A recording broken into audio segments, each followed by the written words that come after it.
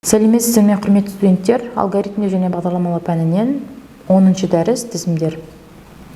Тізімдер сандардың, жолдардың, басқа тізімдердің немесе олардың барлығының комбинациясынан тұра алады. Тізім дегеніміз белгілі бір ретпен берілген элементтердің жиынтығы. Тізімдегі әр элементтің өз индексі бар.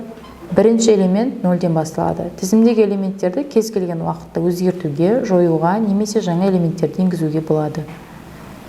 Мысалы, жануарларды алғанбыз. Animals деп жазсаңыз, теңдік белгісін қоясыздар. Dog, cat, cow, horse, lion, sheep деген мысалдарды алып жазсаңыздар болады.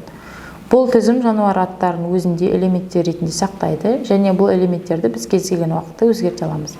Тізімдерді біз кәдімгідей экранға шығара аламыз.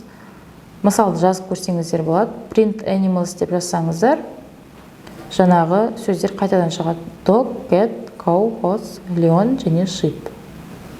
Тізім элементтерін бөлек шығару үшін олардың индекстерін қолдану керек. Яғни print animals тік жақша қоясыздар 0. Яғни сіздерде ең бірінші тізімде тұрған жануар шығады. Print animals 1, екінші. Бұнда яғни T дегеніміз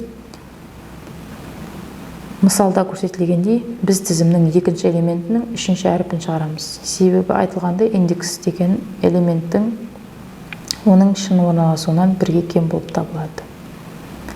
Тізімде жұмыс істейтін әдістер мен функциялар төменде көрсетілген. Сайттан көрсеңіздер болады. Append item функциясы item элементінің тізімінің соңына қояды.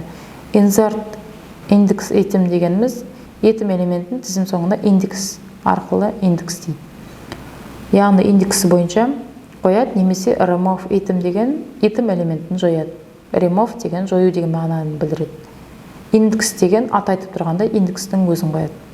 Clear деген тізімдегі барлық элементтерді жояды, немесе тазалайды. Index item элементтерінің индексін қайтарады.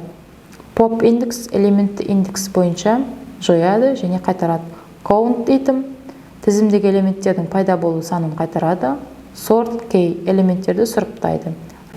Reserve тізім элементтерін кері бағытта орналастырады. Назар қойып тыңдағандарыңызға рахмет, сау болыңыздар.